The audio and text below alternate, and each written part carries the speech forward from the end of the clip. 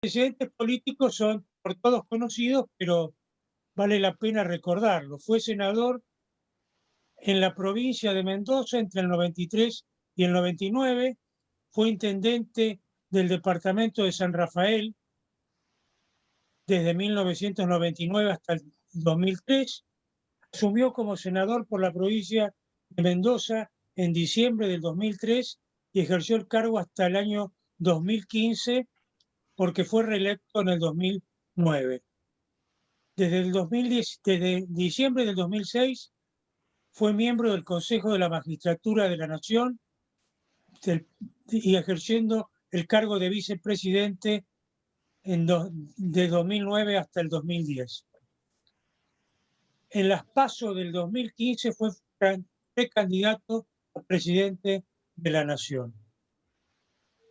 Creo que esto es suficiente para que le demos la bienvenida a esta vieja institución que algún día lo recibiremos personalmente cuando las circunstancias lo permitan, y lo dejo en el uso de la palabra. Bueno, muchas gracias, Guillermo. Es un placer, es un honor para mí esta invitación que acepté con muchísimo gusto. También es un placer compartir esta tarde con distinguidas personalidades. Estoy viendo el mapa de los cuadritos del Zoom y veo muchos amigos, mucha gente de la cual tengo enorme afecto y respeto desde mucho tiempo, así que aprovecho a la distancia para, ya que no los he podido ver muy seguido este año, mandarles un abrazo muy, muy afectuoso, ¿no? Bueno, me compromete aún más ver algunas personalidades acá porque seguramente algún mensaje luego de mis palabras me enviarán para compartir o no algunos conceptos. Pero este es el espíritu del club, este es el espíritu del progreso, y las veces que pude ir en persona lo disfruté mucho, así que bueno, espero que hoy lo podamos sentirnos bien a la distancia, ¿no? Yo estoy acá desde mis pagos de San Rafael, en Mendoza, con una tarde donde está cayendo el sol, a diferencia de Buenos Aires, donde ya creo que es más de noche que de día. Acá estoy viendo un atardecer fantástico, en una primavera casi verano, que bueno, es de las cosas lindas que la pandemia trae, de por lo menos poder disfrutar estas cuestiones de mi provincia. Bueno, con Guillermo y con la gente del club tratábamos en la invitación de buscar un título, algo, nos ocurrió esto porque es un título que puede englobar, pero la verdad es que hay tantas cosas para hablar de la Argentina de estos tiempos, es tan dinámica la realidad, que si yo tuviera que hacer una suerte de pequeño balance desde la semana en la que me invitaron, ya más de un mes largo, semana a semana, ¿no? De la agenda que había en aquel momento a la agenda que hay hoy, 4 o 5 semanas después, y lo que ha pasado en el medio, la verdad no sé si hay muchas democracias en el mundo que puedan acreditar semejante volumen y a la vez volatilidad y profusión de temas en la agenda diaria, ¿no? La coyuntura diaria. Sin ir más lejos, hoy, hasta hace un rato, estaba en contacto con mis amigos senadores que están todavía en sesión, con un episodio que hasta este momento no alcanzamos a comprender, pero que va a despertar seguro. Acá hay gente que está muy vinculada a los cierres de los diarios y que debe estar pensando en eso, mi amigo Claudio, cómo escribirán mañana, esta noche, para salir mañana los periodistas lo que ha pasado hoy en el Senado. Pero bueno, no me quiero detener en la coyuntura. Un par de cosas de contexto global, porque cualquier reflexión, cualquier análisis sobre el presente y sobre todo en la Argentina tiene que tener una simple reflexión de un contexto global. Estamos viviendo un momento muy especial en el mundo. Esta es la crisis más importante del siglo, así se ha ya definido, no hay duda sobre eso. Ningún país sobre la Tierra va a salir de esta crisis mejor de lo que entró, ni siquiera igual. todos los países van a salir peor de cómo entraron de esta crisis. Por supuesto, podemos armar un ranking de todos los países y no en todos los casos el daño va a ser igual. Hay países que van a salir con menos daño que otros, que tienen que ver con muchos factores y desde la Argentina podemos analizarlos muy claramente. América Latina es la región más afectada del planeta. Es la región más afectada del mundo porque tenemos el 9% de la población del mundo, pero 1/3 de los afectados por COVID. Es todo un tema, ¿eh? Entonces también en ese contexto se mueve la Argentina. Y nosotros, y acá, la Argentina, ¿no? En ese contexto global y regional. Hablando también en términos a los que nos hemos acostumbrado en los últimos tiempos, términos sanitarios, términos médicos, la Argentina entró a la pandemia con varias comorbilidades. Este es el término que ahora todos usamos, las comorbilidades, las enfermedades anexas o preexistentes.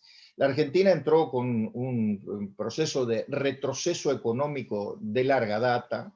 No voy a ser demasiado coyuntural o poner el énfasis en los últimos años. Yo diría, junto con algunos amigos economistas míos que me ayudan un poco a entender estos temas, prácticamente desde 1975 la Argentina no encuentra un modelo, un rumbo económico de crecimiento y desarrollo estable, permanente, que le permita romper con este círculo vicioso en el cual en todos estos años, del 75 hasta acá, se registra nula o prácticamente escasísima movilidad social y también nula o escasísima justicia distributiva. Son los dos, digamos, las dos referencias más negativas de todo este proceso, que yo lo pongo desde el 75 hasta acá.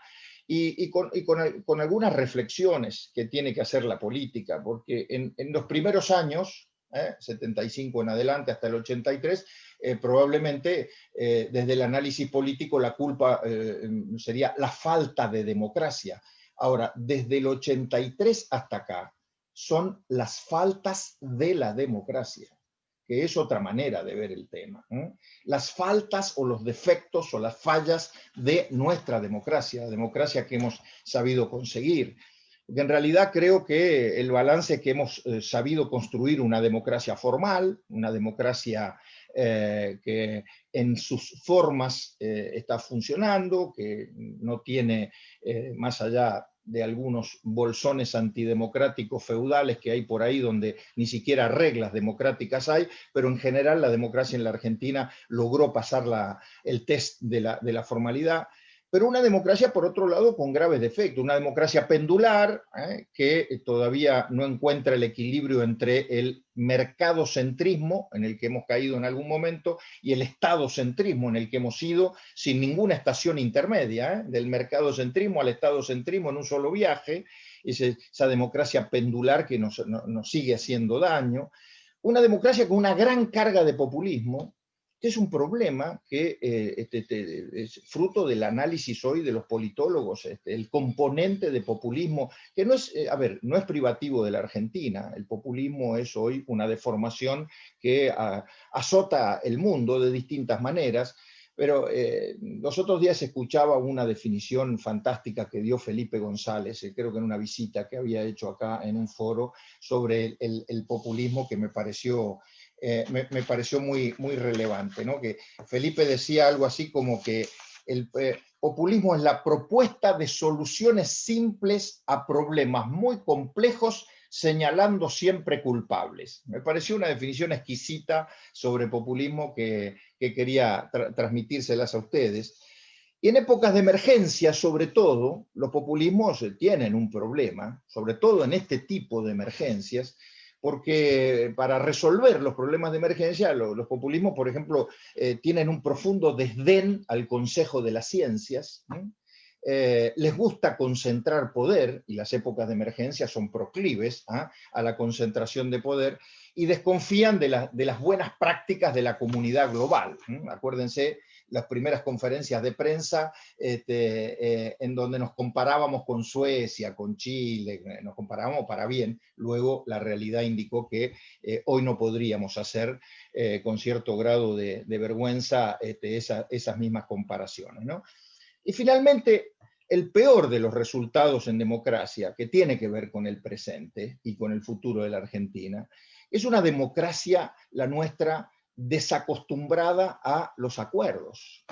Es una democracia en donde la palabra acuerdo ha quedado devaluada, ha quedado desprestigiada, inclusive con muy poco uso en casi 38 años de democracia ininterrumpida. Si uno quiere mirar hacia atrás, se va a encontrar solamente con apenas 3, quizá alguien podrá agregar algunos más. Yo he encontrado 3 ejemplos de acuerdos políticos profundos que hayan dejado algo.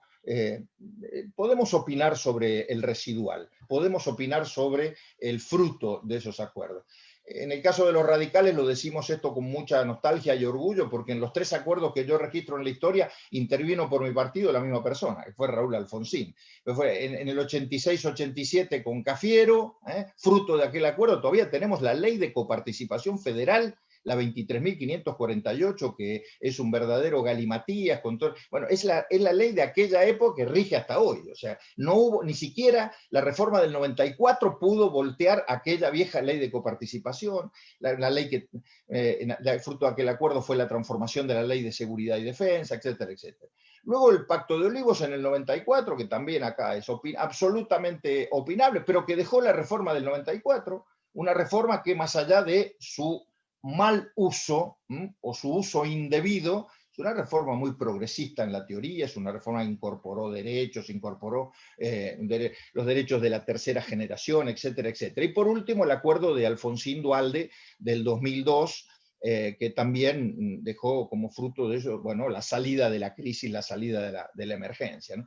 Pero no hay más ejemplos de acuerdos profundos, acuerdos en los que uno pueda referenciarse. Después ha habido más o menos alguna cosita por ahí, pero una democracia sin acuerdos, una democracia que no puede transitar el camino del diálogo, del debate, pero luego la síntesis, y la síntesis de un acuerdo que a la vez deje huella y que no tenga que a los 2 años cambiarse las leyes y cambiarse el esquema. Casi como lo de la movilidad jubilatoria que hoy estamos viviendo, ¿no? Vamos, venimos, una cosa así. Una democracia que no tiene esto, la verdad, es un problema. Y por último diría una cuarta deformación que también tiene que ver con el presente, y acá aterrizo un poco al presente, es la democracia de personas por sobre la democracia de ideas, de planes, de proyectos y de instituciones. La democracia argentina está muy teñida de personalismo. Las personas son más importantes en nuestra democracia que las propias instituciones, que los proyectos, que los planes. Entonces, estamos siempre sometidos al avatar de los humores de las personas.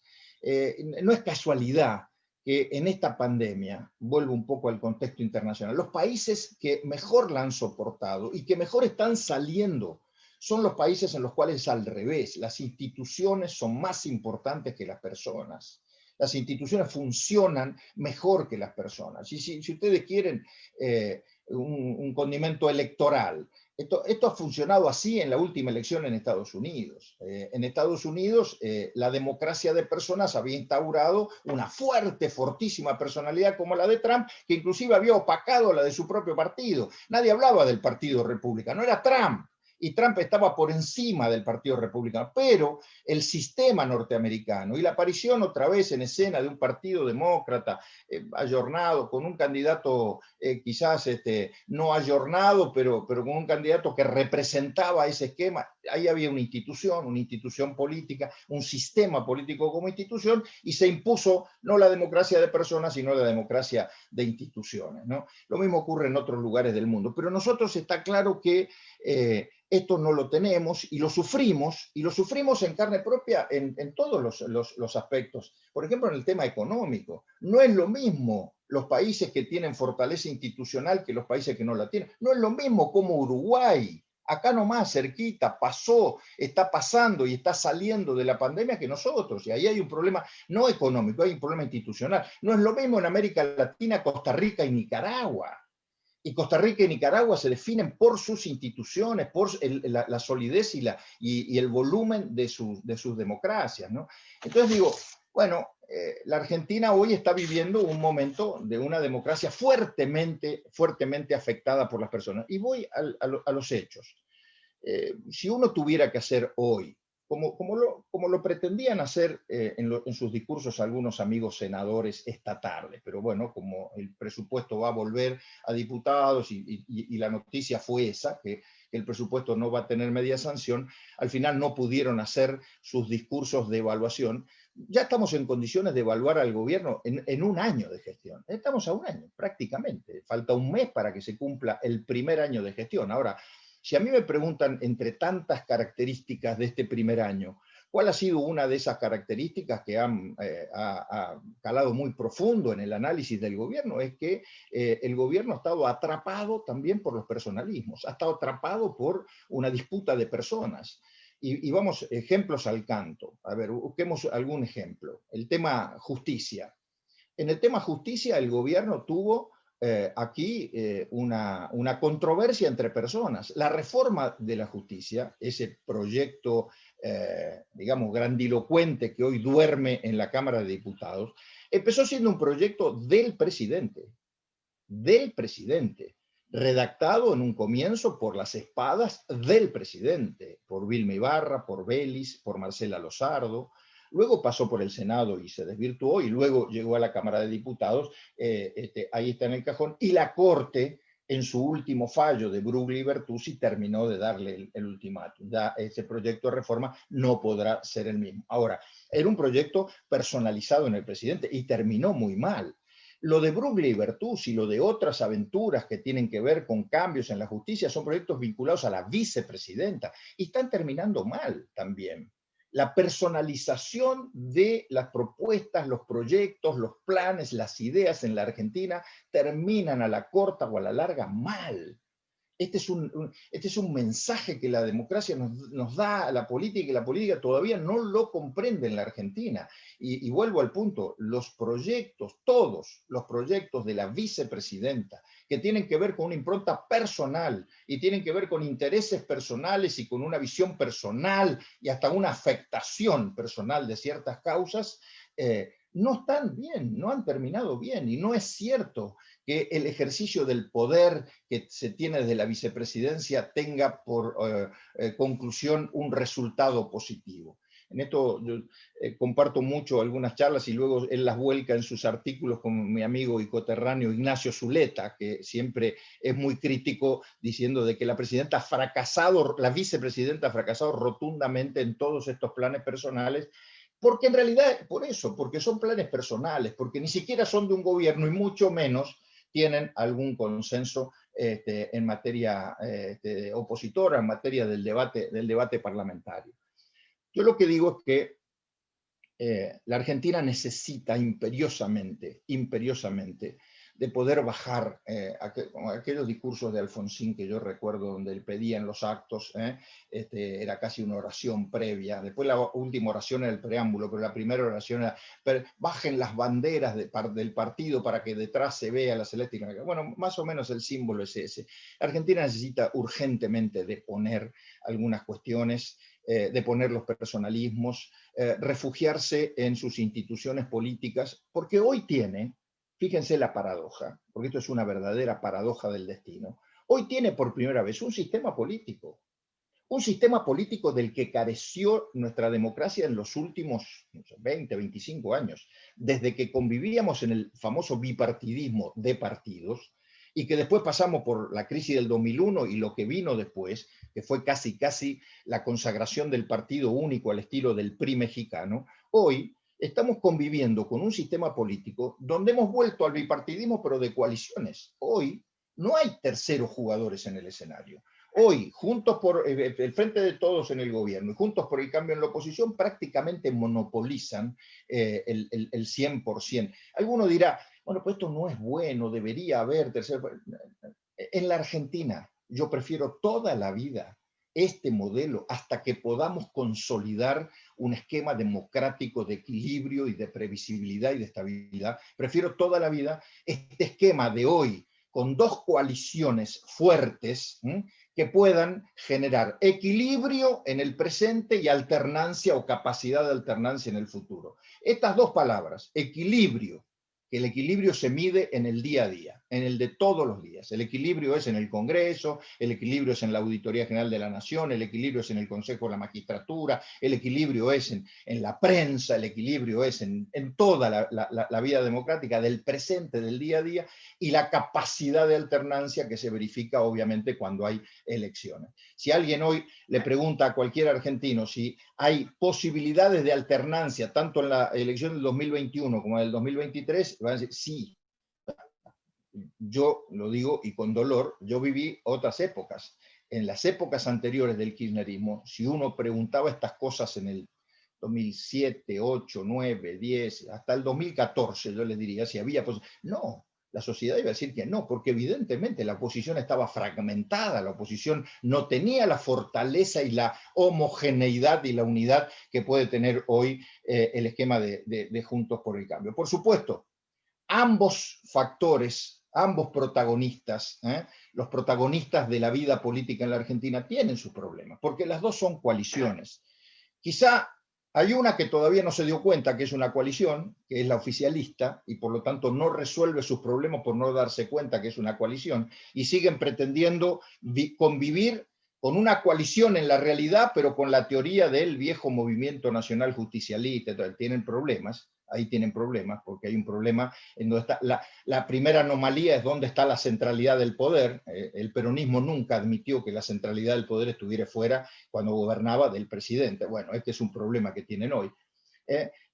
Tienen otros problemas, que es la convivencia dentro de la coalición con rebeldías que a veces son muy notables. Yo no sé si ustedes leyeron en estos días a Carlos Pañi, tanto en el resumen de su columna de Odisea del martes en La Nación, como la de hoy, vinculada a lo que pasó en la Cámara de Diputados con el presupuesto y la intervención de Sergio Massa. Pero sí, quien lo leyó sabe de lo que estoy hablando, ¿no es cierto? O sea, anomalías de la coalición que luego se reflejan en cuestiones concretas y en cuestiones concretas de poder. Y ese es un problema. Como también es un problema para Juntos por el Cambio la convivencia en una coalición que todavía no tiene reglas, que todavía no tiene reglas de funcionamiento. Es una coalición que nació siendo electoral, que tiene un empate en su vida, como si fuéramos unos boxeadores, vieron los boxeadores que tienen 10 peleadas, o 5 ganadas, 2 perdidas, 1 empatada. Bueno, la coalición Juntos por el Cambio, Cambiemos, tiene un empate. Nació siendo electoral para ganar y ganó y luego perdió. Y ahora es una coalición opositora. Ahora, el problema es que no puede, ni debe, ni debió nunca haberse quedado en el estadio de una coalición electoral. Tampoco pudo ser una coalición de gobierno en los 4 años. Es un problema, es un tema que lo hemos debatido largo, no fue una coalición de gobierno, fue una coalición parlamentaria, bien, sigue siendo hoy una coalición más parlamentaria que otra cosa, pero le está faltando el recibirse de coalición política, que eso es otra cosa. La coalición política tiene reglas de juego, tiene funcionamiento, tiene, aún con liderazgos colectivos, que es todo un problema hoy de Juntos por el Cambio, tener liderazgos colectivos con reglas de juego es una cosa, no tener reglas de juego es otra cosa diferente, necesita tener, no la tiene, necesita tener también reglas para salir de los conflictos. Hoy, por ejemplo, hoy es un tema central de debate, el tema de las PASO, porque si el gobierno avanza con algunos aliados y como pretende en la eliminación de las PASO, la afectación no va a ser para el gobierno. El gobierno puede tener alguna afectación, y algo se ha escrito de esto en estos días, en la provincia de Buenos Aires respecto a el 2023 la posibilidad de reelección de los varones del conurbano versus la cámpora. Eso es verdad, eso es cierto, eso es un conflicto que tiene el gobierno, vinculado a la paz. Ahora, el primer problema que va a tener la coalición opositora es en el 2021 el tema de las PASO, porque una cosa era hacer listas, y esto me consta, porque algo participé, hacer listas cuando uno es gobierno, y aún no siendo una coalición política con mayúsculas, pero siendo gobierno, hay elementos de disciplinamiento, todos entienden de qué hablo, siendo gobierno, y otra cosa muy distinta es cuando uno es oposición y no tiene estos elementos para el disciplinamiento, y entonces tiene que resolver las diferencias, y sobre todo diferencias territoriales en el marco de una elección de medio término, donde son muy importantes los distritos, donde los distritos pasan a ser más importantes incluso que el contenido nacional, como lo es en las elecciones donde se elige presidente. Y este es un problema para Juntos por el Cambio porque estamos a un año y si realmente no hay paso, va a tener que la coalición opositora encontrar una vía al estilo de las primarias estadounidenses que sea una vía tan potente o parecida en potencia a la de las PASO para poder resolver esos temas. Pero vuelvo y acá voy aterrizando para dar lugar a un diálogo. La paradoja, digo, de todas las cosas que le pasan a la Argentina de hoy es que tenemos un sistema político ideal, apto. Fíjense, la paradoja es aún más profunda. En el mejor momento del sistema político, en teoría, es el peor momento en cuanto a las relaciones, es el peor momento en cuanto a las posibilidades concretas de arribar a un acuerdo y demás. Bueno, esto tiene que ver con que las personas, insisto, son más importantes que los proyectos, los planes o las ideas, y que por lo tanto las agendas personales, que al fin de cuentas son agendas equivocadas, son las que han manejado este primer año del gobierno. La agenda de la justicia, la agenda de justicias y la agenda de medios, que ha sido una agenda personal de la vicepresidenta, es la misma agenda que hace 10 años fracasó. Le fracasó al gobierno de ese momento, el mismo de ahora, y le vuelve a fracasar ahora. Y con los mismos protagonistas prácticamente. La Corte imponiéndose, etcétera, etcétera. Yo de la Corte podríamos hablar mucho, pero a mí me produce mucho dolor. Me produce mucho dolor que en cada análisis político los dirigentes políticos tengamos que hablar de la Corte. Los fallos de la Corte que resuelven las diferencias políticas son siempre un fracaso de la dirigencia política. La Corte nunca jamás podrá reemplazar ni resolver las disputas de fondo de la política si la política no las puede resolver por sí sola. Entonces, por más que nos pasemos la vida analizando los fallos de la Corte y lo que quiso decir y lo que no, que además una Corte bastante alambicada, ¿no? Y bastante florentina en sus fallos, donde hay que pasarse 2 o 3 días para ver qué dijo y qué quiso decir y qué hay debajo y detrás y en el costado de cada frase y de cada palabra de cada fallo. Digamos, es un problema, porque la Corte, si bien es política y si bien es cabeza de uno de los 3 poderes del Estado, jamás podría reemplazar a la política. Pero hoy, lamentablemente, los fracasos de la falta de acuerdo en la política nos están llevando a esto. Yo cierro para tener un diálogo. A pesar de todo esto y de todo el panorama a veces desolador y de todas las cuestiones que nos pasan, yo sigo siendo medianamente optimista porque creo que finalmente la política va a tener que encontrar un camino que no sea solamente el de Alfonsín Duhalde después de la crisis del 2001, no, antes de tratar de lograr algún mínimo de acuerdos que permitan cierta previsibilidad. Y, por supuesto, confiar en que este equilibrio y alternancia del sistema político también se verifique en las próximas elecciones, las de medio término del 2023. Por lo menos yo estoy trabajando para eso y esa es mi gran apuesta, ¿no? Bueno, dicho esto, como disparadores iniciales, quedo a disposición en el diálogo.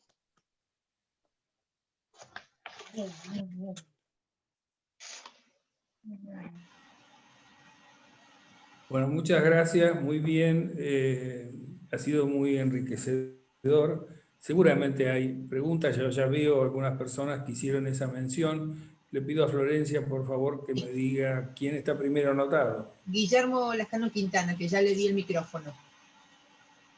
Muchas gracias, Ernesto, por la valiente y clara exposición que has hecho. Mi pregunta está vinculada con la afirmación que hiciste sobre la inexistencia, permítaseme la palabra, de partidos políticos a la vieja usanza. Yo me canso de escribir en notas y hacer reflexiones sobre este punto, porque lo que sucede es que hay muchos dirigentes, como vos lo has dicho, y me parece que hay poco contenido práctico. No digo que no haya grandes ideas en torno de la coalición cívica o de la Unión Cívica Radical, inclusive del PRO, pero a mí me parece que necesitamos partidos a la vieja usanza. Esto es, partidos que aglutinen voluntades, que formulen proyectos y que los sometan al público para que el público sepa de qué se trata. Esta es mi reflexión y mi pregunta. No, estoy totalmente de acuerdo. A ver, mi balance sobre las coaliciones y la mirada positiva que tengo sobre la existencia de coaliciones no empaña que las coaliciones están formadas por partidos. O sea, para mí el esquema es partidos fuertes que conformen coaliciones fuertes. ¿Y por qué las coaliciones y no los partidos? A ver, a mí me encantaría poder decir hoy como radical, no, mire, el radicalismo está en condiciones hoy de construir una mayoría, representar un conjunto social efectivo de esa mayoría y después, haber llegado a ganar una elección, gobernar. No, no. Pero tampoco lo puede hacer el PRO, tampoco lo puede hacer la coalición cívica, tampoco lo puede, es más, tampoco lo puede hacer el peronismo que todo lo puede, el peronismo que todo lo arregla, que todo, tampoco, está clarísimo. Y el mundo se ha ido transformando en un mundo de coaliciones. Está claro, hay algunos lugares en donde la última elección de Estados Unidos lo marca, el Partido Republicano, el Partido Demócrata tradicional. Pero, a ver, en Alemania, por ejemplo, que es uno de los países que mejor está saliendo, soportando y manejando el tema. En Alemania está una coalición, pero además una coalición que está conformada de partidos que fueron contradictorios, que fueron rivales. En muchos lugares las coaliciones hoy están marcando el camino. ¿Por qué? Porque los problemas de la democracia moderna son muy complejos, Ya no son, acá no hace falta, ya no hace falta, ya, no basta solamente con declamar, vivimos en democracia, no, los problemas de la democracia en el planeta son muy complejos y en los países como los nuestros son mucho más complejos aún, porque son estructurales, porque llevan muchos años y porque necesariamente requieren de acuerdos. Y los acuerdos, primero hay que galvanizarlos en las coaliciones, con partidos fuertes, ¿no? Con partidos fuertes. Un problema que tiene Juntos por el Cambio es que tiene partidos, pero esos partidos tampoco tienen demasiada fortaleza, y hago la autocrítica del mío mismo, del radicalismo, no tienen la fortaleza de otras épocas. Entonces, los partidos tienen que fortalecerse para formar coaliciones y a partir de ahí ver la posibilidad incluso de lograr acuerdos con otras coaliciones, ¿no? Yo no creo en la fragmentación del sistema y mucho más en un modelo como el de la Argentina que todavía no encuentra el equilibrio democrático. Bien, muchas gracias. Creo que está Hernán Vela después, y Hernán ¿verdad? Vela está para hablar. Hernán, tenés que habilitarte el micrófono, por favor.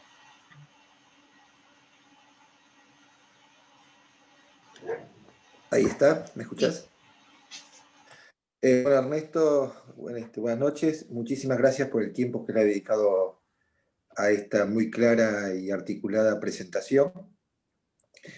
Mi pregunta va a ser muy lineal y muy concreta y sé que nunca te la han hecho. ¿Por qué no estás jugando a liderar? Sé que nunca te la han hecho. Eso de que nunca me la han hecho no es cierto. ¿Sabés la cantidad de veces que tuve que contar por qué me volví? Pero bueno,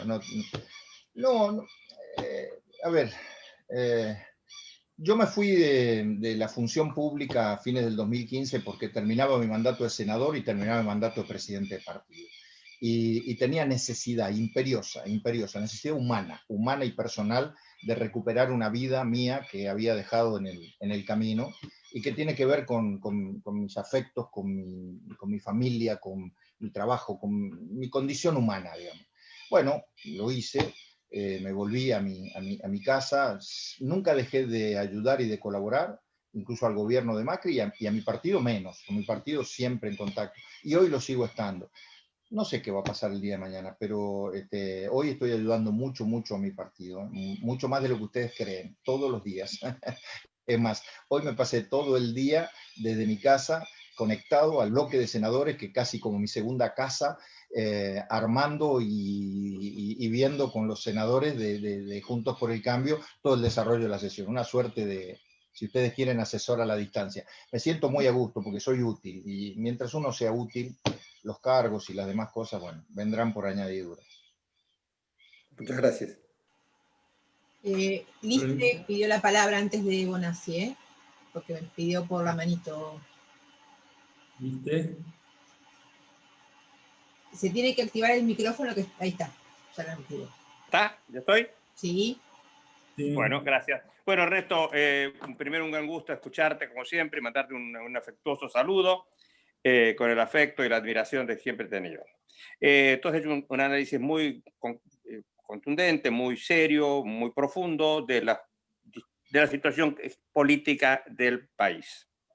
Yo quiero agregar un pequeño, muy brevemente, otro elemento. La decadencia internacional de la República. La Argentina va en camino de caer en la insignificancia internacional. La Argentina fue un país importante en el orden mundial, de un país mediano, pero de cierta importancia, y en la región fue uno de los países centrales de la región sudamericana, latinoamericana y particularmente sudamericana. Hoy no lo es. Está cayendo día tras día. Está creando un vacío de seguridad, concretamente en el Atlántico Sur. Y los vacíos los llenan. Cuando quedan vacíos se llena. La gente le presta, la clase política en general le presta poca atención a estos tipos. Pero ¿para qué nos interesa a nosotros tener una marina para eso? Vamos a tener guerra con Brasil, vamos a tener guerra con Chile. ¿Para qué queremos todo eso? No, es muy serio. Porque la seguridad en marítima, la seguridad en el Atlántico Sur, en un país que tiene una larga costa, riqueza hictícola, riqueza petrolífera en este país, es muy importante mantenerlo. Y si no se tiene, ese lugar lo ocupa otro. La relación con Brasil es el pivote de la relación internacional de la República Argentina, de la política internacional argentina. Es la relación más importante que tiene la República Argentina. Independientemente de que circunstancialmente hoy con Brasil haya factores de la personalidad del presidente, etcétera, que complican un poco la cosa. Toda esa cosa no se tiene en cuenta. Y para realizar una política internacional se necesita una cancillería seria. Y voy a terminar con esto. En este momento estamos presenciando un desguace de la Cancillería. Están jubilando a embajadores en el límite de la edad que pueden jubilarlos, de gran experiencia, para ocuparlos con personajes, con personas que algunas pueden ser capaces, pero cuya condición fundamental es la fidelidad política al régimen, al kirchnerismo, para ser más concreto, para decirlo con todas las letras. Bueno, este dato creo que es un dato que no puede estar ausente cuando analizamos la situación argentina. Vamos a la irrelevancia internacional. Gracias. Bueno, comparto plenamente eso y digo algo. La política exterior de un país es el reflejo de su política interior. Es decir, no puede haber una política exterior divorciada de lo que ocurre en fronteras adentro. En todo caso, las virtudes de lo que ocurre fronteras adentro se trasladan fronteras afuera.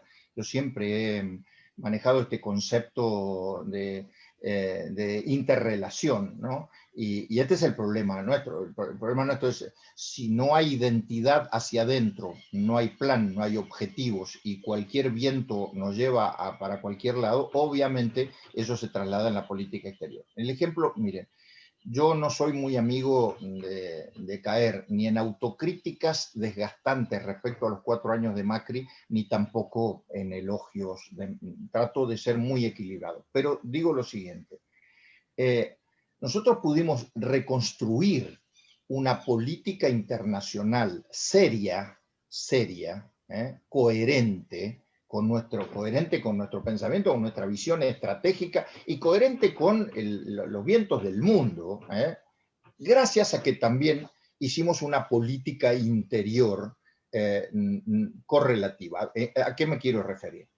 El gobierno de Macri le devolvió federalismo al interior de la Argentina y eso le permitió alinear también su concepto de nación en su política exterior. Algunos dirán, bueno, ¿pero qué tiene que ver esto con darle 2 puntos más de poco partido? No, a ver, insisto, la solidez, la coherencia y la seriedad de su política interna, que se mide en la relación entre esas 2 palabras que a nosotros nos rigen desde 1853 y que no sé si todos le dan la entidad que debe dársele. Nosotros somos una nación federal.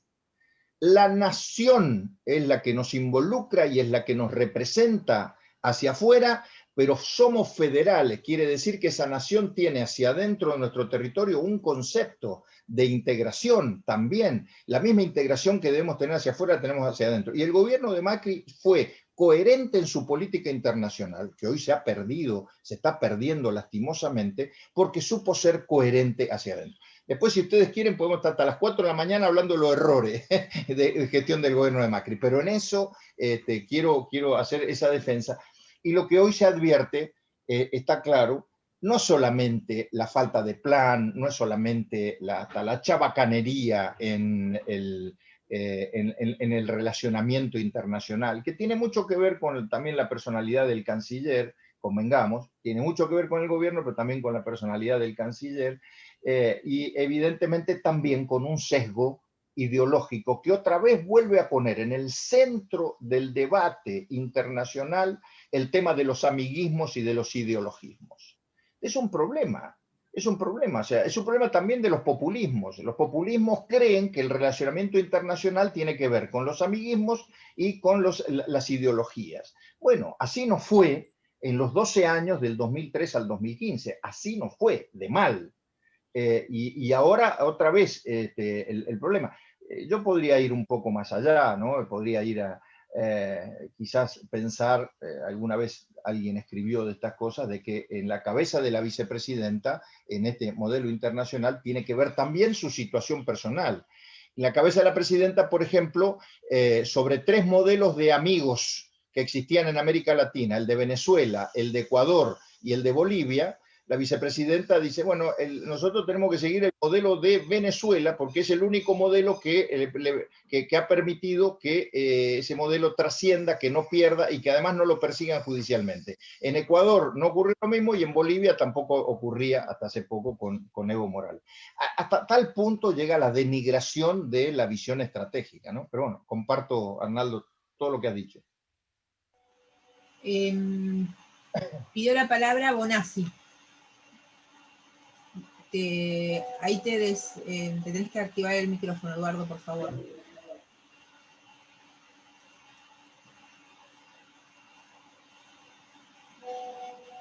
Hola. Ahí estás. ¿Sí me escuchan? Sí, Eduardo.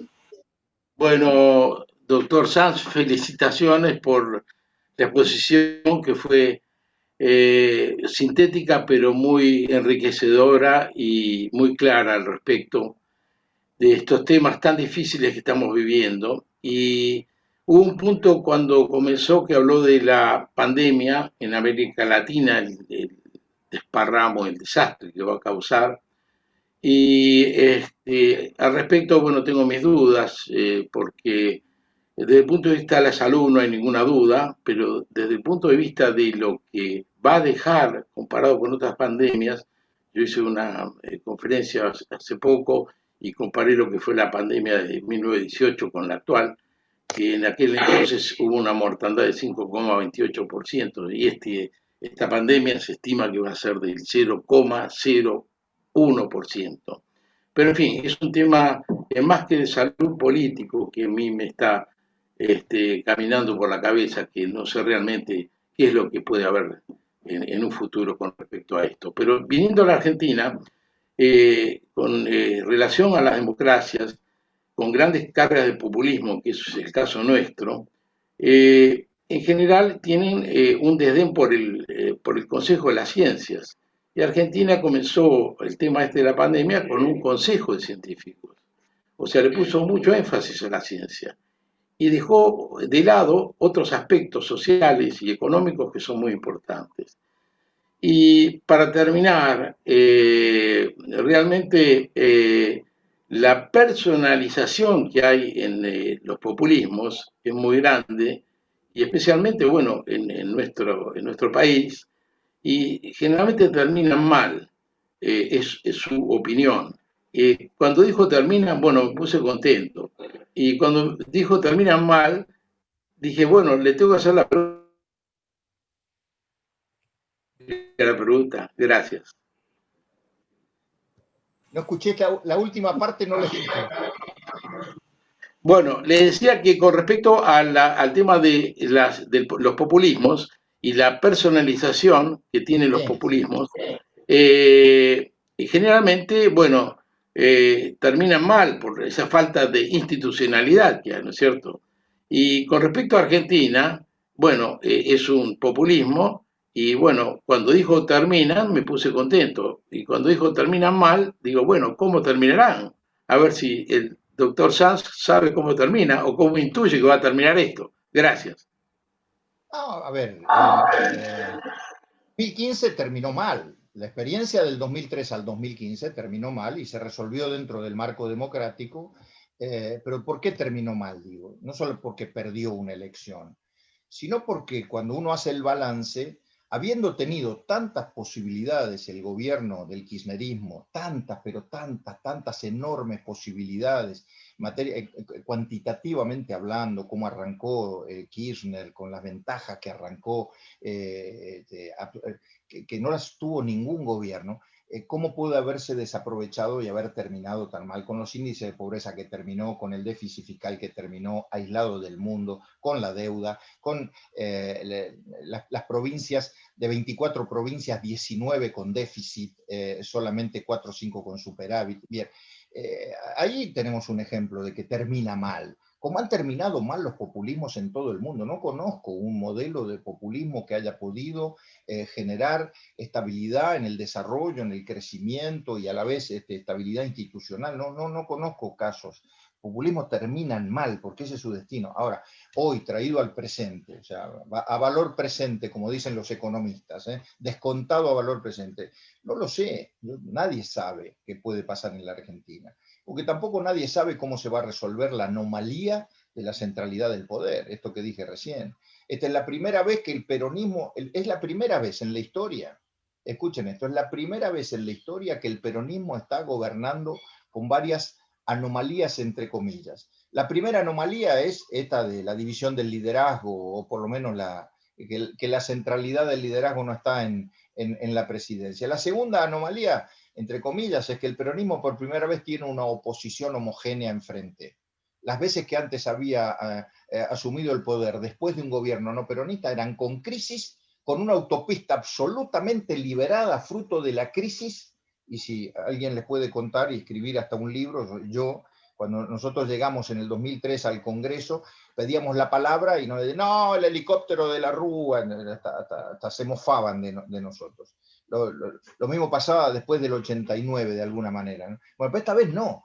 Y la tercera anomalía es que hay una sociedad que es distinta a otras épocas en donde el peronismo ha gobernado, precisamente porque el peronismo se hacía cargo del proceso post-crisis.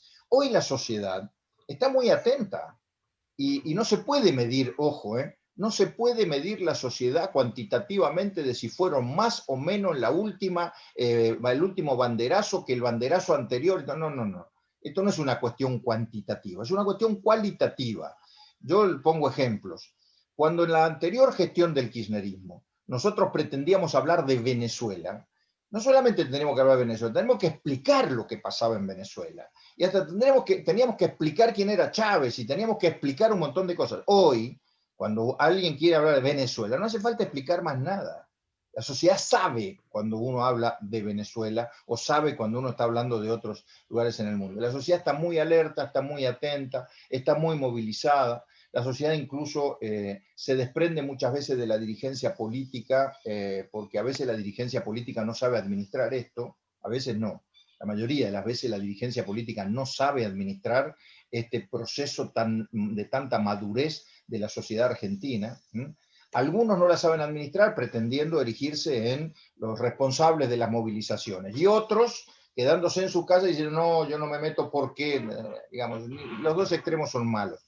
Lo que hay que estar es adentro, digamos, adentro del concepto de lo que está pretendiendo hoy la sociedad, y eso haría que, por ejemplo, en el caso de Juntos por el Cambio, debería tener posiciones mucho más sólidas y coherentes, ¿no? Soy bastante autocrítico con el tema, ustedes verán. Moreno Huello, Guillermo, ¿dónde está Guillermo? Acá. Guille, prendete el micrófono, por favor. Ahí está. Ahora, Regio, Guille. muchas gracias. Hola Ernesto, muchas gracias por tu exposición muy clara, siempre muy metódicamente expuesta y sobre todo con una apertura al diálogo que me encanta.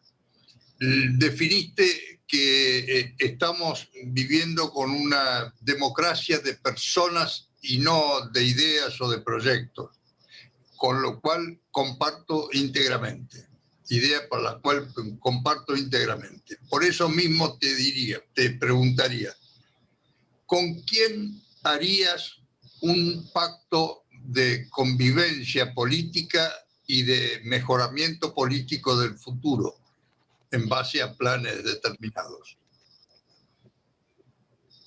Pero no estoy poniendo la cámara, que se me está cayendo la cámara por acá.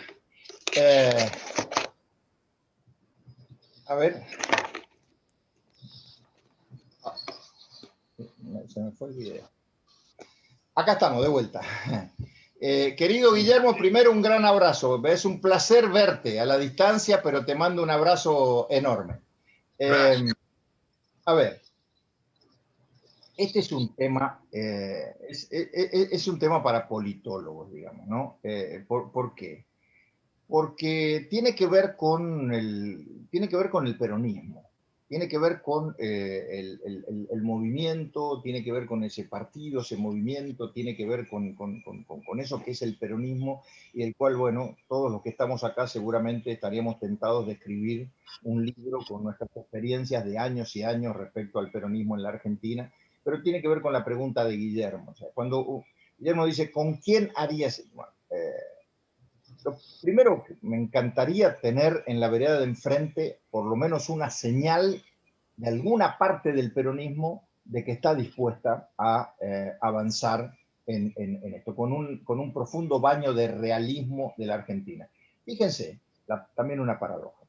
De la famosa carta de la vicepresidenta de los otros días, que tiene para hablar un largo rato, todo el mundo rescató el último párrafo, que era esa asunción de realidad, de debilidad, por supuesto muy escueta y muy limitada al tema del bimonetarismo, cuando la vicepresidenta habla de la necesidad de llegar a acuerdos por el problema del bimonetarismo, me parece que es una excusa, pero la pregunta es, el peronismo en sus distintas vertientes, el peronismo del albertismo, si es que existe, el de Massa, el de los gobernadores, que todavía está ahí incipiente, pongámosle nombre, Schiaretti y Perotti, o el del propio kirchnerismo puro y duro, ¿están en condiciones, tienen convicción como para poder sentarse en una mesa a acordar algunas cuestiones mínimas?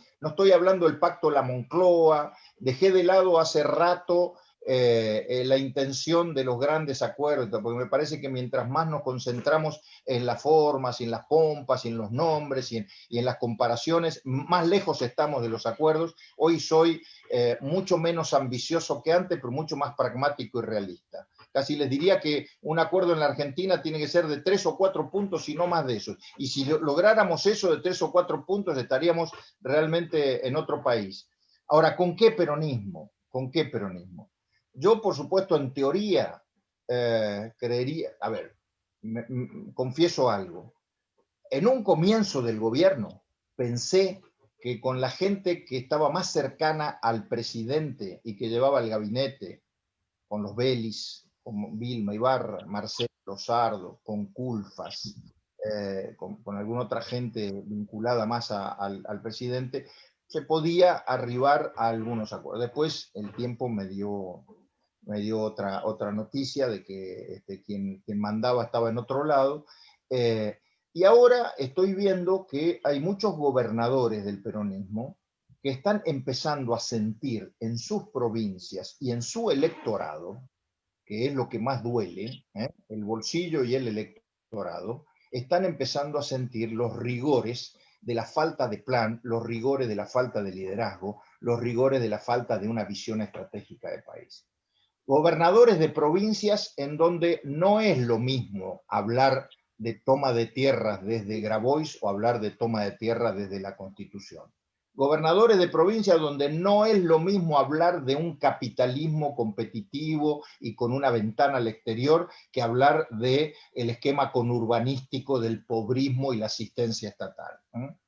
Hay varios gobernadores en este sentido y con estas situaciones. Entonces estoy viendo que la crisis que está pegando duro, sobre todo en muchas economías regionales, está empezando también a tener efectos en materia política, porque al final del camino, este es el tema que más, a mi juicio, si me preguntaran cuál es el tema más relevante en materia de análisis político de la Argentina, porque al final del camino, lo que está en debate en la Argentina hoy, son dos modelos hasta culturales. Esto que mi amigo Miguel Ángel Pichetto señala a veces con crudeza y que muchas veces lo bromean y demás, del tema del pobrismo y del conurbano y de Grabois y de las tomas de tierra y del asistencialismo y de esta visión anticapitalista de la vida y antiempresaria y demás.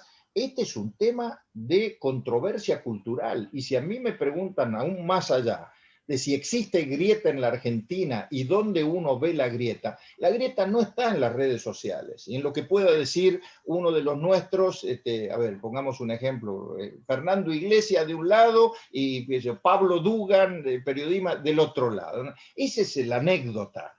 Esa es la anécdota de la grieta. Las pullas, los agravios y el dime y direte de las redes sociales es, digamos, lo jarasca de la grieta. Lo profundo de la grieta son estos dos modelos, que son modelos de vida, modelos culturales, modelos estratégicos de país, que tienen que ver con definiciones muy fuertes. Derecho de propiedad, sí o no. Capitalismo, sí o no. Educación, sí o no. Integración al mundo, sí o no. Entonces, ahí es donde yo advierto que para poder avanzar, hace falta que del lado del gobierno, llámese peronismo de los gobernadores, haya una señal.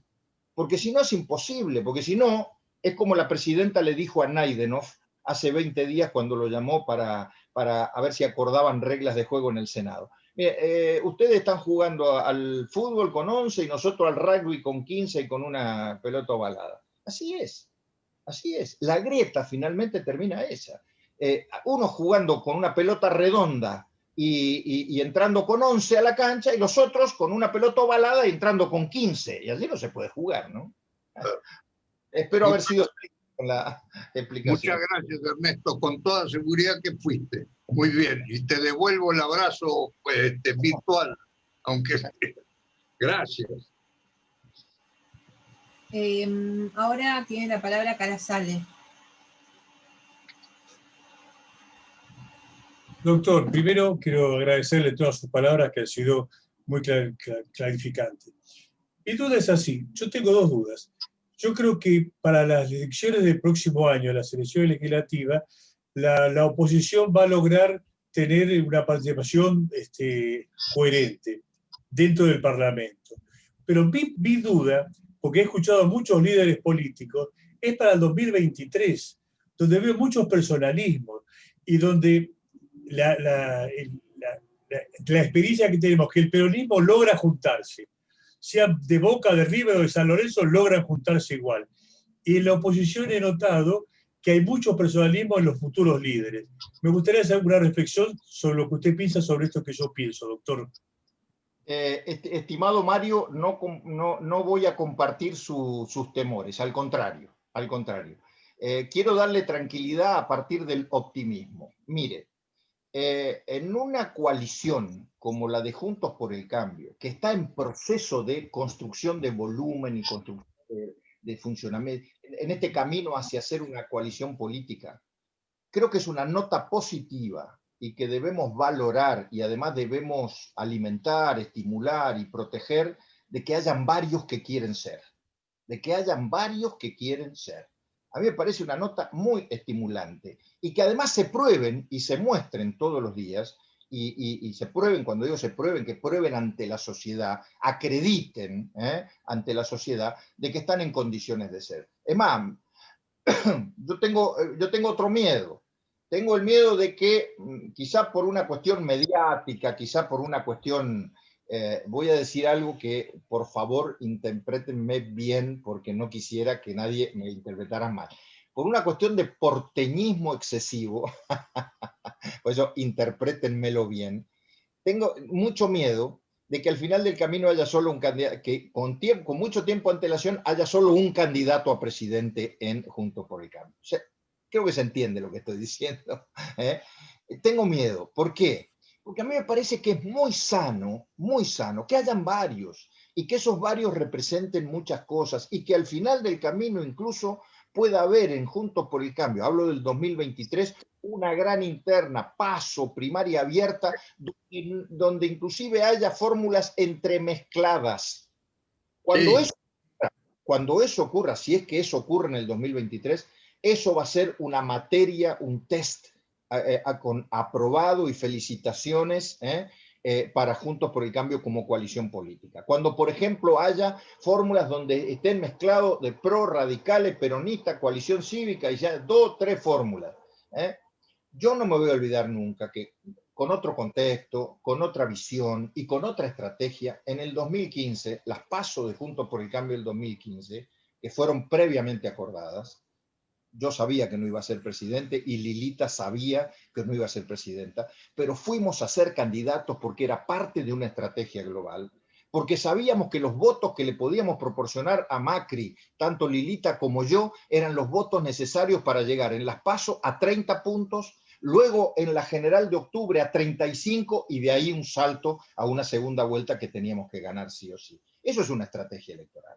Y eso es poner el carro detrás del caballo y las candidaturas al servicio de una estrategia. En este caso, hacia el 2023, yo creo que Juntos por el Cambio tiene que llegar con por lo menos 2 fórmulas a competir en una primaria y que esas 2 fórmulas expresen las virtudes de una coalición que tiene mucho anclaje en la provincia y en la ciudad de Buenos Aires, cosa que mi partido, por ejemplo, perdió en los últimos años, pero que tiene también mucho anclaje territorial y que le da mi partido, por ejemplo, y que le da la estatura moral de la coalición cívica con Lilita, y que le da también el peronismo de Pichetto, y la incorporación del peronismo de Pichetto, y lo que puede traer, ojo, pónganle acento a el trabajo de Miguel Pichetto con el peronismo antikirchnerista, que no se ve, pero que puede traer fruto, inclusive para el propio Pichetto construyendo ahí un liderazgo en ese peronismo. Entonces, si al final del camino existe esa diversidad y esa competencia,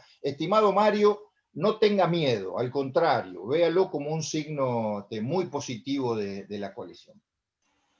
Eduardo Guarna pregunta, dice, su opinión sobre la modificación y duración del Procurador Nacional.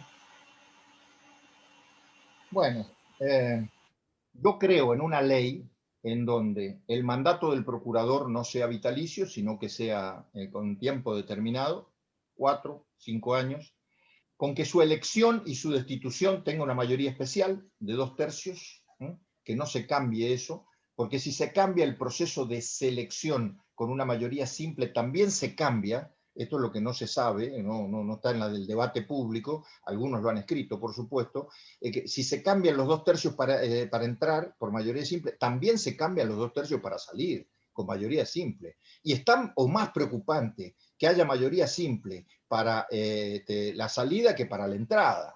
Porque si hay mayoría simple para la salida, hoy, con los números que tiene el kirchnerismo en el Senado, que son más o menos 40, le sobran 3 de los 37, que es la mayoría absoluta. O sea que cualquier procurador que ponga, que ese es el objetivo, en definitiva, de la vicepresidenta, cualquier procurador está a tiro de una sesión que con mayoría simple lo puede voltear. Imagínense la solidez que puede tener un procurador, la estabilidad y la garantía, la tranquilidad para ejercer su tarea que puede tener un procurador. Ojo, y la otra cosa que no se discute mucho en la Argentina es la importancia del Procurador General. Pareciera que hemos perdido la visión de lo que es la importancia. El Procurador General de la Nación en un sistema acusatorio como el que vamos en el Código Procesal Penal es el que define el ejercicio de la acción penal.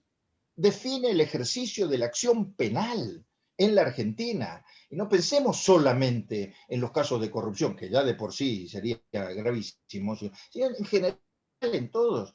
Define el ejercicio de la acción penal en un caso de narcotráfico en el interior del país, en las zonas calientes de narcotráfico.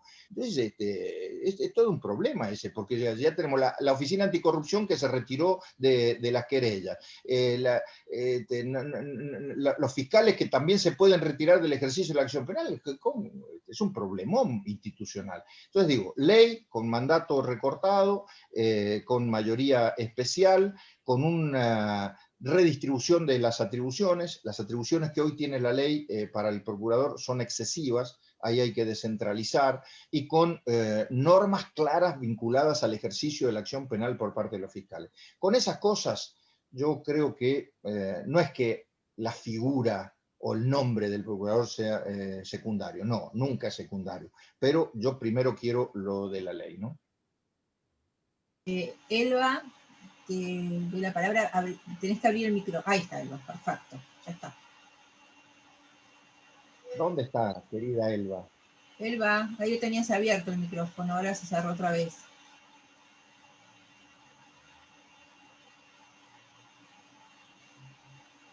Ahí está, Elba, ahí está bien. Sí, bueno, muchas gracias.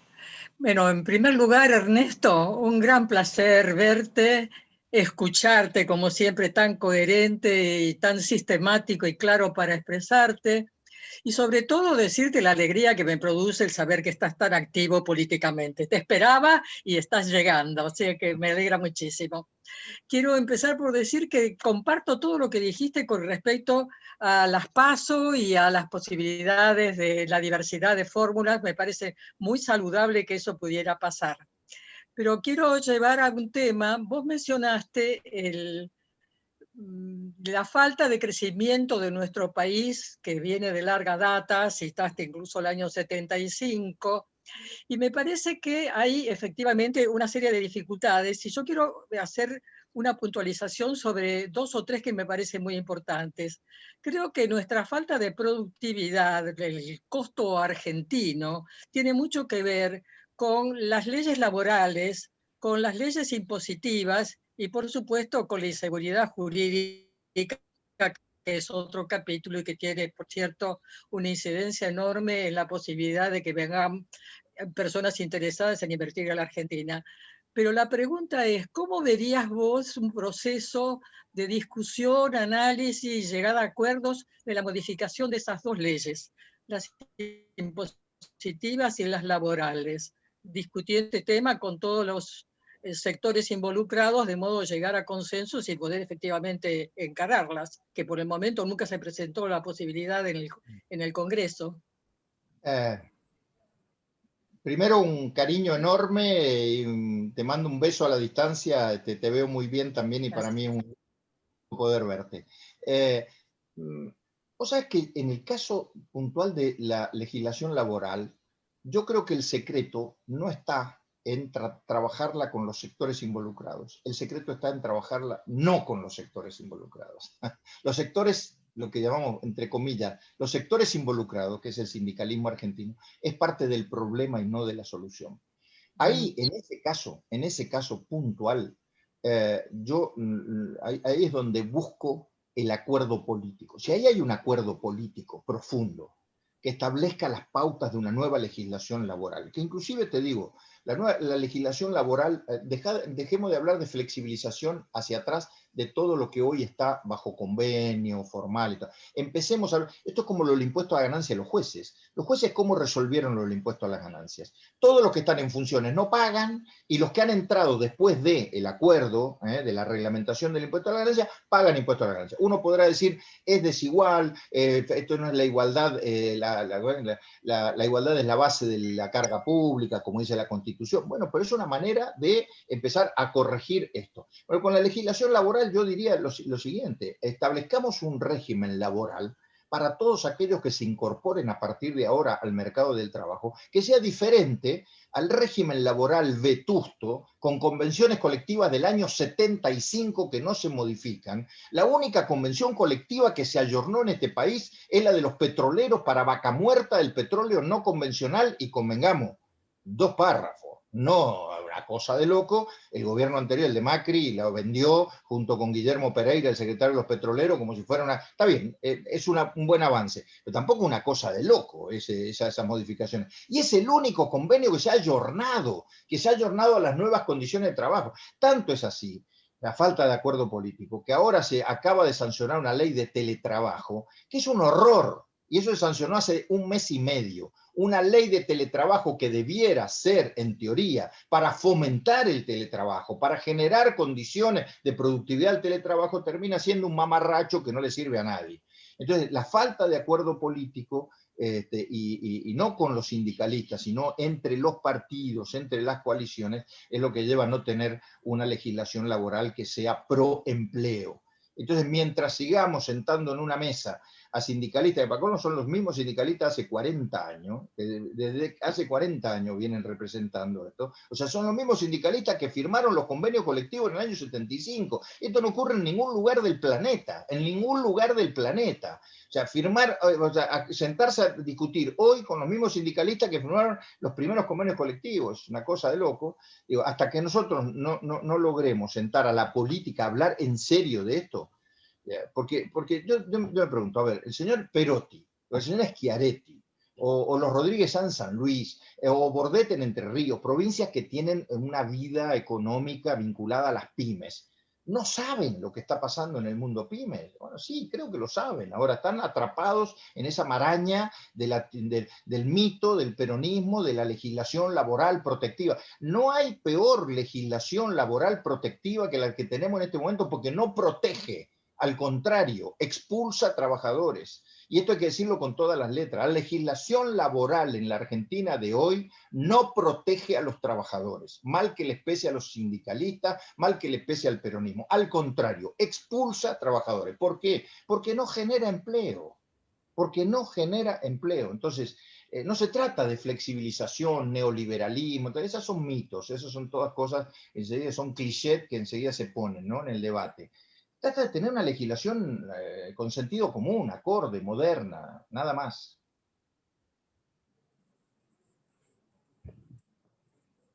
Tenemos una última pregunta de Formigoni, que lo tengo por acá. Sí. Te tenés que habilitar el micrófono, por favor. Ahí está. Hola, buenas tardes, doctor. Les habla el doctor Martín Formigoni, yo soy abogado, productor agrícola, socio del club, y lo escuché atentamente. Y usted hizo referencia a que había cambiado la sociedad con respecto a cómo actuaba políticamente, y yo creo que estaba haciendo referencia a cómo se manifestó con los banderazos. Yo he ido a cada una de esas manifestaciones, he participado en todas ellas. Y también hizo referencia a cómo ve la sociedad argentina a lo que ocurre en Venezuela, con respecto al chavismo, a Maduro. Y yo creo que la sociedad argentina se entera y toma conocimiento no tanto por los partidos políticos tradicionales, sino por la prensa, que está cumpliendo el rol opositor. No así los partidos políticos tradicionales, no así la coalición opositora. Con la detención, por ejemplo, en su momento, del periodista La Nata con Wieniawski, cuando gobernaba Fernández de Kirchner, Cristina Fernández de Kirchner, cuando estuvo en Venezuela, que intervino la señora Bullrich para que no se lo chuparan. O, por ejemplo, la señora Bachelet, que emitió el informe por violación de los derechos humanos. Es decir, tenemos conciencia de lo que ocurre porque o es la señora Bachelet o es la prensa que nos informa a todos los contribuyentes qué es lo que está ocurriendo. No por escuchar a dirigentes de los partidos políticos de lo que es Venezuela. Por un lado. Por el otro, atento que usted hizo referencia a la doctora Carrió y habló del procurador,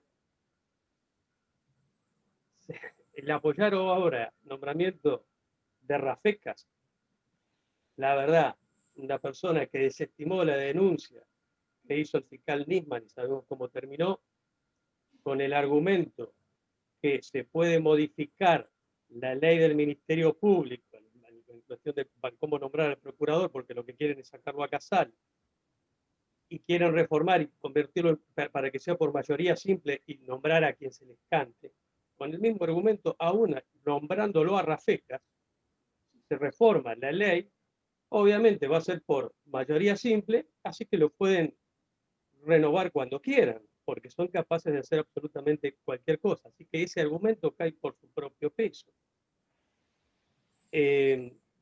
Por el otro lado, yo la verdad que considero que la coalición opositora debería ampliar su marco de coalición. Yo creo que usted partícipe de eso cuando obviamente está haciendo mención a que Pichetto, hay que mirarlo a Pichetto y que está haciendo con el peronismo y que tiene un rol importante y que puede capitalizar y que puede ampliar la coalición. En eso estamos totalmente de acuerdo y ojalá así sea. Y lamentablemente no lo vio la coalición gobernante de Macri en su oportunidad. Lo que tendría que haber hecho es haber ampliado. Pero no vamos a ponernos a criticar lo que ya es de público Perdón, conocido. perdón, Formigoni. Sí, perdón. Tiene que haber preguntas, no demasiadas. Perdón. La pregunta concreta, perdón, disculpe. La pregunta concreta entonces es, ¿qué opina usted del nombramiento del doctor Rafecas, que está apoyado por un sector de la coalición, entiéndase la doctora Carrió? Recién traté de explicarlo de esta manera. Yo lo primero que quiero es una modificación de la ley, porque la verdad que entrar hoy en la discusión si Rafecas sí o Rafecas no, me parece que eso es hacerle el juego al gobierno y eso sí es deslucir a la oposición y hasta provocar grietas adentro de la propia coalición opositora. A mí me importa mucho más primero tener una ley. Si yo no tengo esa ley, la verdad que la oposición tiene que votar en contra de cualquier candidato y no tiene que dar los 2/3, porque, insisto, los 2/3 tienen que ser una oportunidad primero para modificar la ley. Si nosotros logramos modificar la ley, que no tenga carácter vitalicio, que tenga los 2/3 y demás, bueno, ahí nosotros podemos entrar a discutir lo de Rafecas y ahí usted se va a encontrar en la coalición con distintas opiniones. Esto que usted opina sobre Rafecas no es lo que opinan otra gente dentro de la coalición y bueno, y usted tiene el derecho de opinar y lo respeto, pero también hay gente en la coalición que no opina de la misma manera. Pero ya le digo, hay algo que Juntos por el Cambio definió la semana pasada, a mí me parece extraordinario. No se habla más de Rafecas si antes no hay un acuerdo con el gobierno para modificar la ley en los aspectos sustanciales, ¿no?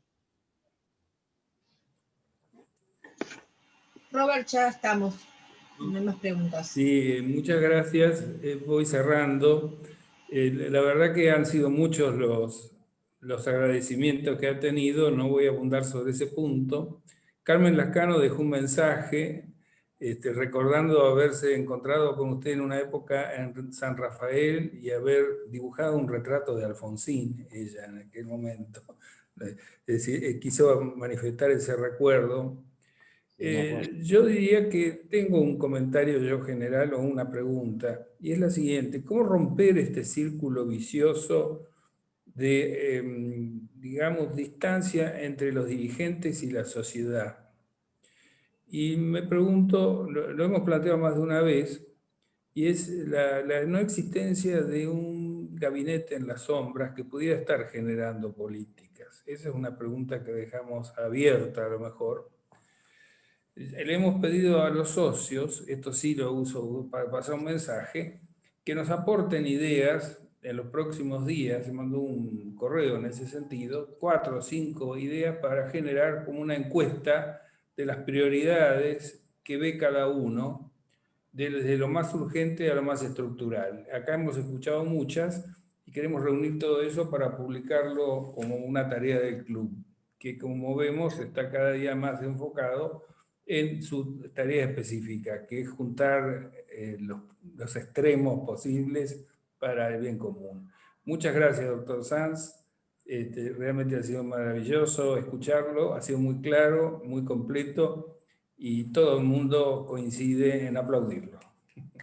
Bueno, muy amables a todos, muchas gracias. Ha sido un placer para mí también, ¿eh? Un abrazo muy grande para todos ustedes y a disposición siempre. Muchas gracias. Chao, hasta luego, buenas noches a todos.